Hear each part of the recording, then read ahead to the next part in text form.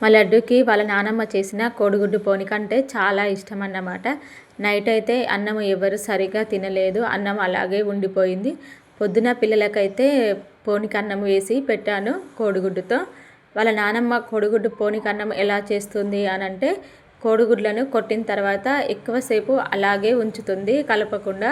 కలిపితే చిన్న చిన్న పీసెస్ లాగా అయిపోతాయి కదా, అందుకోసమే ఎక్కువసేపు కలపకుండా అలాగే ఉంచేది. నానమ్మ పెద్ద పెద్దగా ఉంచుతుంది, అలానే చెయ్యి ఈరోజు అన్నాడు.